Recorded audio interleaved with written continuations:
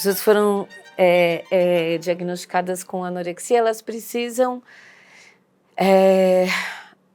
não de uma dieta específica, vamos dizer, rígida, mas elas precisam de antes até da gente falar da alimentação, um tratamento para anorexia e para os transtornos alimentares, ele deve ser interdisciplinar, né? Então, na maioria das vezes, ele precisa contar com um psiquiatra, com um clínico, eventualmente, com um tratamento psicoterápico e com a terapia nutricional.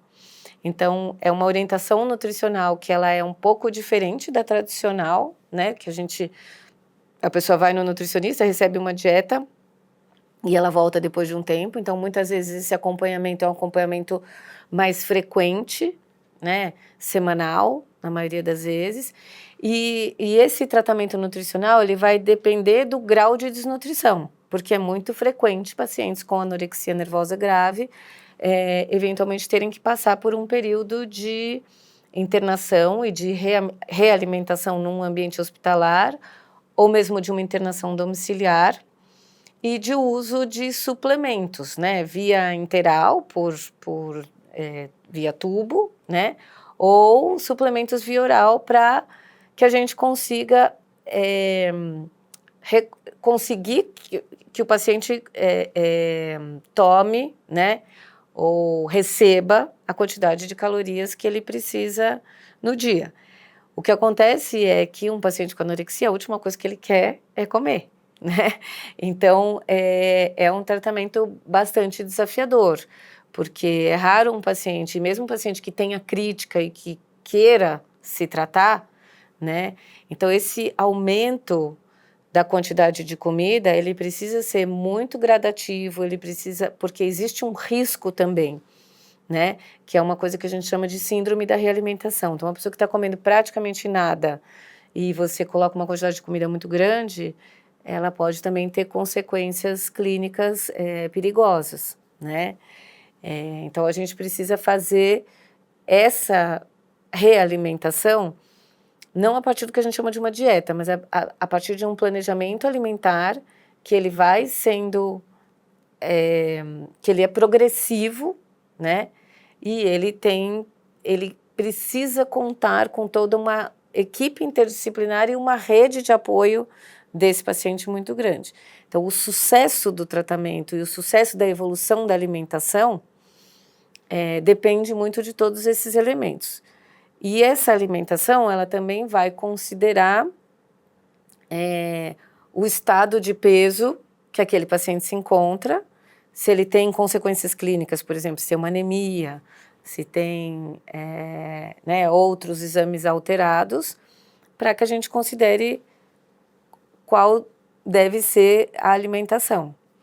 Então, não é uma dieta fixa, né? É uma dieta que ela tem que ser super personalizada e ela vai a partir de como esse paciente se encontra, com metas de ganho de peso que vão sendo semanais e sendo reajustadas a partir da evolução de cada paciente. Os transtornos alimentares podem não ser tão comuns no dia a dia de muitas pessoas. Porém, além da anorexia, outros transtornos, como a bulimia, em que já citamos em O Mistérios da Mente, podem ser muito prejudiciais, já que crianças e adolescentes são os mais atingidos. De uma maneira geral, né, esses dois transtornos estão ligados com a alimentação como o grande, né, o prato principal, vamos dizer, seja a falta ou o excesso de comida, né? Na anorexia nervosa, a gente tem essa característica do peso como um critério diagnóstico, né, sendo o peso muito abaixo do que seria aceitável ali para aquela pessoa, considerando a idade, a altura, tal.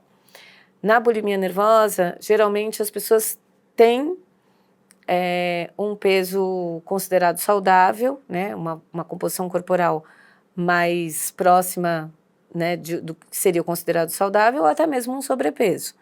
E o que diferencia são esses episódios, né, de compulsão e de exagero e um pouco dessa qualidade, né, dos episódios de compulsão e as compensações, né? Mas, como eu disse, também dentro da anorexia você pode ter um subtipo que também tem episódios de compulsão. Tem uma insatisfação corporal, né? Mas na anorexia a gente tem essa distorção da imagem. Então, o paciente com bulimia ele tem uma consciência maior do tamanho e forma do corpo dele. A característica da anorexia, basicamente, é um controle alimentar excessivo. Toda a estrutura, né, do quadro ela está baseada no transtorno alimentar, na demanda, na dificuldade de lidar com o comer, né, na rotina. E então a anorexia ela tem como característica o controle excessivo de não ingerir, né, ou controlar excessivamente não tendo a ingesta, né, da maior forma possível, e que gradativamente vão tendo outras coisas acontecendo, né, para auxiliar isso. Mas a característica principal é o controle excessivo e que vai aparecer a perda calórica muito maior, né? A bulimia tem como característica o comer compulsivo seguido de um comportamento purgativo, né? Então, são situações que acontecem, no mínimo deveria acontecer uma situação por semana, vão acontecendo mais naturalmente, né? Mas são situações que a pessoa come excessivamente, de forma intensa e descontrolada, ela não dá conta de parar, de uma forma em grande quantidade, e sempre daí em seguida vem acompanhado culpa, né, e um sofrimento importante, né, com arrependimento e de não querer cogitar, né, ter ganho de peso. E aí acaba tendo um comportamento de purgação. A anorexia ela acaba tendo um perfil de um rigor, uma demanda de sintomas muito mais intensos, muito mais sérios e que tendem a ir para, né, o risco para ir para uma desnutrição grave e com risco de morte mesmo é importante.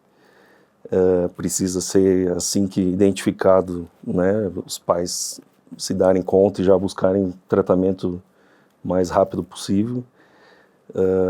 E já a bulimia ela já tem características, o paciente já é mais ansioso, então acaba sendo um fator de proteção de certa forma. Mesmo assim traz prejuízos, né, traz demandas emocionais, de instabilidade, depressão, ansiedade, também com risco para suicídio, mas de com uma outra característica emocional, e também com a questão da purgação, que acaba trazendo distúrbios hidroeletrolíticos, distúrbios metabólicos, né, que o jovem acaba se autoprovocando com o intuito de não engordar, mas os pacientes anoréxicos tendem a ter um perfil com peso dentro do normal ou até um pouco acima do peso, diferente dos anoréxicos que perdem muito peso, né? A gente tem o transtorno da compulsão alimentar, né, que ele se difere da bulimia nervosa porque ele não tem uma forma de compensação, ele tem exageros alimentares, ele tem compulsões alimentares, mas ele não tem uma compensação, né? Então ele não tem uma purgação, que é o que tem na bulimia nervosa, que é uma forma não saudável de tentar eliminar ou retirar aquele excesso de comida.